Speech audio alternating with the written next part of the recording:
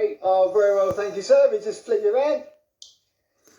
Well, yeah, we're there. Yeah, we just had a couple of cracking races, mate, and brilliant.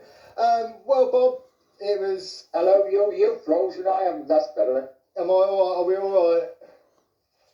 Oh, now you're frozen. It's going to be one of those nights. Anyway, how are you keeping? Are you all right, Lizzie? Are you okay? Yeah, I'm all right. Yeah. Brilliant. Yeah. So, before we start, I've just bought your book, James. Here we go. Look, I bought your book, and it's I'm Champion, Call Me Bob. I've just started it, mate. Wonderful book, and anyone who wants to grab one of these, feel free. And do these ring a bell? Oh yes, eggs. Yes. What's the story behind that, Bob? Well, the story is, when I was at Toby Bowling starting off, I started as an amateur. And those days, as soon as you'd ridden 8 winners, you had to go up to Portman Square to get another licence. You started with an A permit and a B permit. And I'm in Portman Square, big stewards inquiry and everything. Why do you think you're an amateur? And, how do you earn any money? And, I said, basically, I couldn't say I worked in a yard or anything like that. So I said, well, I'm really farm manager. And what do you manage on the farm? I said, the hens, and actually I collect the eggs, because I'd really get peed off with the stewards, I promise you. So I left the steward's room with no licence at all. I was virtually warned off, and it took another 3 weeks before I got a licence, and they wouldn't give me an amateur one again. I had to turn professional. And, so I'd gone from riding 3 weeks off, and went and rode 2 winners in the first 2 days I came back as a pro. And then Toby wouldn't let me ride again because of my claim. He wanted it for the next season. Right. So, middle of April, not allowed to ride again. Fair enough, there was no racing in the summer. August, the first day, I broke my leg at home, so I was out another few months. Oh, so blimey. I hadn't ridden, came back, rode those 2 winners, and never rode again for about 6 or 7 months.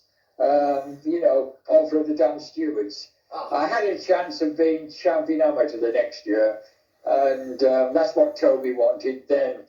Would make me turn professional, but all those damned eggs, I don't know what I could have said anyway, because I went up there was no way they were going to let me stay as an amateur. I don't know why.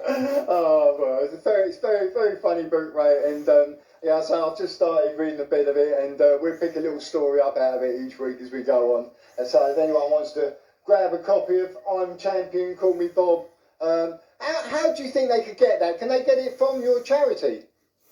Get in touch with the charity or Amazon. You'll get it somehow. Brilliant. Yeah. Okay then, Bob. Well, last week Charity Bets is a bit of I wouldn't say disaster. We had Fairy House called off. You had another one that pulled out, and you had a couple. I only had 2 runners, and they were placed who didn't have a winner. No. And I managed to squeeze one in. Our horse. Oh, well done. Your horse, yeah. Yeah, Miranda ran a cracker last week, and us owners are delighted. Where he's going to go from here, we do not know. Plenty of racing tomorrow, Bob, if it's all on. Hopefully. I think it will be, hopefully have a good night. And it's got cold. It's been 2 beautiful days. Yeah. Sweater weather, actually, and lovely sunny day. Hopefully Sandown and that have a dry night, and it's all chases now, and the chase track at Sandown's always a lot better than the hurdle track, so I think they'll be all right, as long as there wasn't a severe frost. Brilliant, and they got a fantastic festival across the waters in Leopardstown, and that'll be interesting to watch because there'll be a lot of Cheltenham pointers over there, I should think. Oh yeah, there's going to be lots of points there, but an interesting fact is, how many runners do you think Mr. Mullins has got at the festival? Well, at the moment? Oh, what? Over the two days? Oh, I can't guess. He must have hundreds. 54 runners Wow. alone. And I think it's between the top 5 of them, they've got 113 runners. And there's only 176 runners all the 2 days. Oh, God. You know, amazing how powerful they are. Absolutely. Right then, Bob, if you'd like to fire away with your lucky 15s, mate, let's see if we can get a couple of winners between us this week. Okay, then we'll start off at Musselburgh in the 205. Blakeney Point, Donald McCain's horse. Hughesy rides it, and he rides that track really well. And then you've got Rick O'Boy going up from the Gloucester training yard in the 240. He's an up-and-coming horse, actually. I think take a lot of beating well in.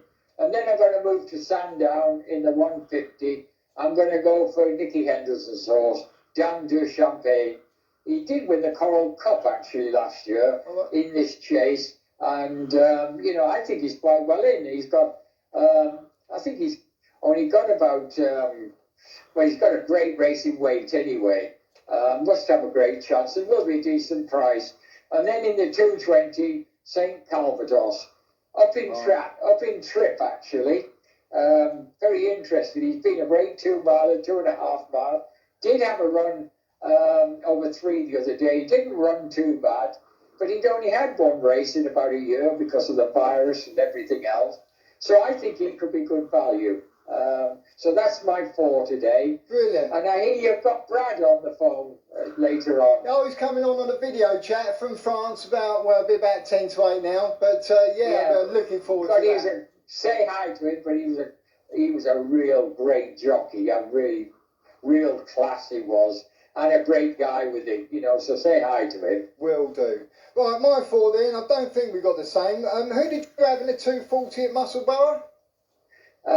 Rick O'Boy. Rick O'Boy, yeah. Right, I have opposed you on that. Right, I'm starting off in Leopardstown in the first race. You talked about Mullins having a lot, and I've picked a Mullins horse here. Gillard de Minsnel in the 105 at Leopardstown. He is the favourite. Got a great chance. Yeah. Then I'm off to Weatherby. I've gone 4 different tracks here. 2:30 at Weatherby. Itchy Feet's been knocking at the door for John J. O'Neill and O'Murphy. I'm going to give that a shout in the Cleve Hurdle there. 2:40 Musselburgh, Rockadine. Lucan Williams and Paul Nichols. Yeah, must have a chance, yeah. I think that's a favourite. And of course, I mustn't forget my Richard Johnson on a Saturday.